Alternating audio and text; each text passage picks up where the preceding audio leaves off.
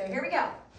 I am the vine, the true vine, and my Father is the gardener. He cuts off every branch in me that bears no fruit, while every branch that does not bear fruit he prunes, so that it will be even more fruitful. You are already clean because of the word I have spoken to you. Remain in me as I also remain in you. No branch can bear fruit by itself.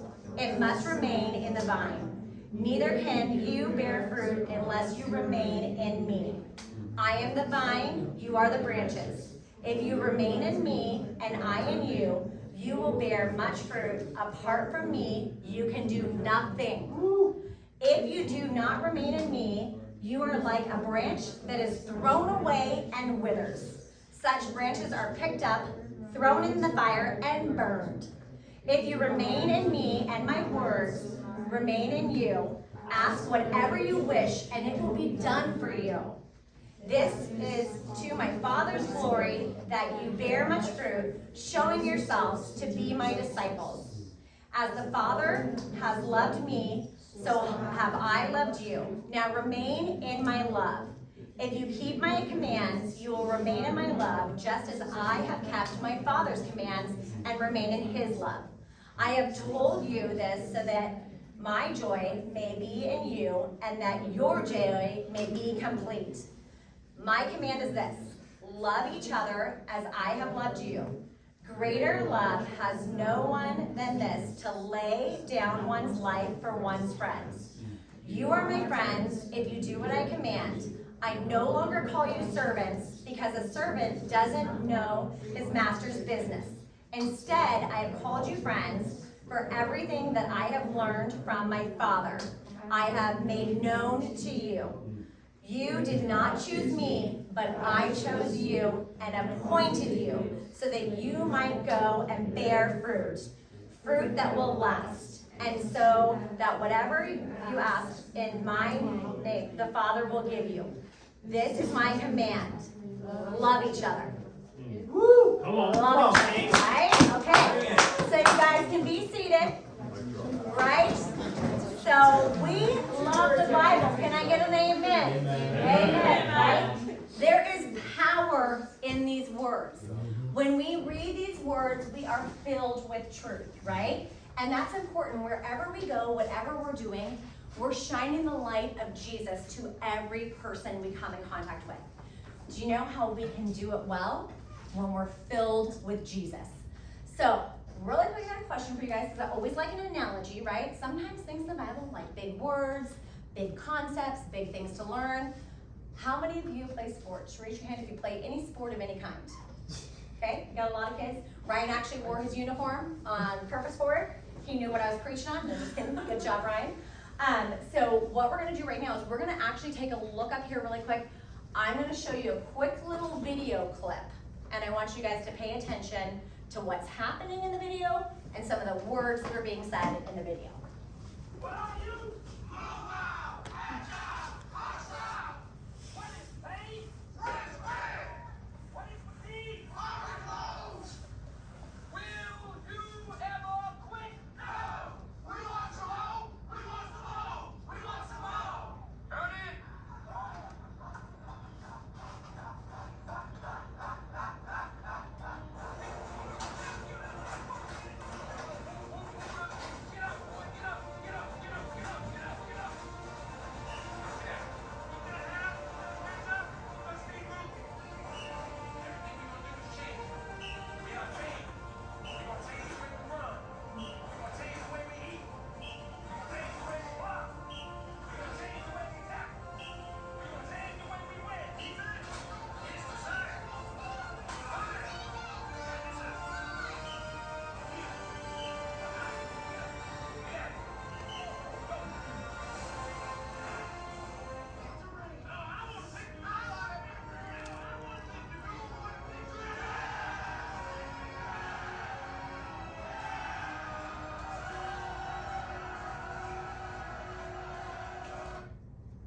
Okay, so when we're watching that, did that look like it was easy? No. Did that look like that was a lot of work? How many of you that play sports have coaches? Okay. Do our coaches, do they push us? Yeah. Do they expect a lot of us? Yeah. Do they sometimes do things that make us feel like maybe we're in pain and agony to get to that point? Right? So we're talking this series, set apart. To be set apart means we need to be different. If you heard that coach, he said, be the change. Be the change. They were asked to change what they eat, change how they work out, change all the things they do, right? We can be the change for Jesus. So we're going to be talking about what we just read, the vine and the branch. So I'm kind of using the coach and the player as our analogy. Does the coach probably know better than us? Yeah. If we're being honest, right? Like some of us are going to be like, oh, no, I know everything. But the coach usually has more wisdom, right? Yeah. Coach usually has more life experience. Coach usually has probably played or been coached before. As players, we can be veterans, but we can be new. But our coach plays an integral part of what we're doing, okay? So that is one of the things I want us to think about because most of us play sports or do things, so we know how that works. So today, we are gonna be talking about John 15, and we're gonna be talking about what is happening. So that verse we read out of, just to give you guys some context, that is Jesus talking to the disciples after the Last Supper. He knows what's coming. He knows where he's going. He knows what's gonna happen, right?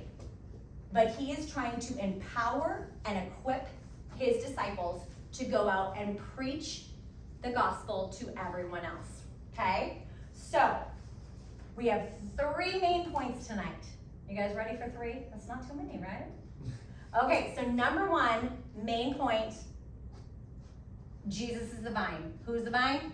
Jesus. Jesus is the vine. So, I looked up different functions. I actually looked up the definition of a vine and a branch. I'm not gonna bore you with all of that, you can do that later. But Jesus is the vine. The function of the vine is to pump life into the branches. So if Jesus is our true vine, we must be rooted in him to bear fruit. So we know everything that we deal with in life requires things, right?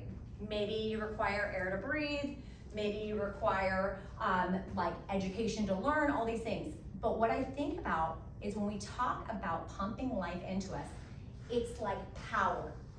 We have power because it's power from Jesus. So I know most of you have these lovely phones, right? What happens if you don't charge your phone? It dies. You can't use it. Those of you that have cars and you drive, what happens when you don't put gas in it? It dies, and you can't drive it. Hey, for all of you that love to eat, what happens when the power goes out to your fridge? It dies, and you can't eat any of your food, right? So, how good are we without power? Not very good. I mean, all those scenarios ended in death, right? So, we know we need power. What's awesome is we know who our power is. It is Jesus. I love it. She gave it a little jingle. Jesus. So Jesus is our vine, and we need him to pump life into us. We need him to be our power source so that we can do what we need to do. Okay? Point number 1. Say it with me. Jesus is the vine. Okay. On to point number 2. Yes. Go ahead. Say it for me. Who said it? I love it. Yes, we are the branches. Way to go. Way to go. So we are the branches. So just like we talked about the function of the vine, the function of the branch is to produce the fruit of the vine. So when I talk about producing the fruit of the vine, I'm not saying that we're gonna come over here and Sarah's gonna start sprouting things out of her and maybe we can eat some grapes off her shoulder, right?